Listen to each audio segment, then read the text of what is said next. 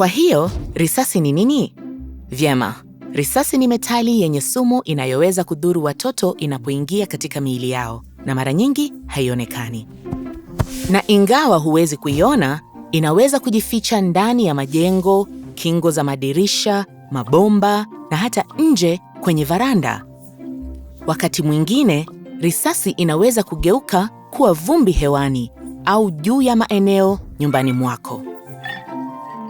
Hata kiasi kidogo cha vumbi la risasi kinachovutwa au kumezwa kinaweza kusababisha madhara ya kiafya yanayoonekana baada ya muda. Watoto wa umri wa miaka 6 na chini huathirika zaidi kwa sababu wanaweza kuingiza vumbi la risasi mdomoni kupitia mikono au vitu vilivyochafuliwa na risasi.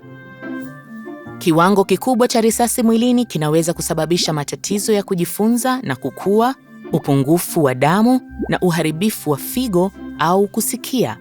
Njia ya uhakika ya kujua ni kufanya kipimo cha risasi kupitia daktari.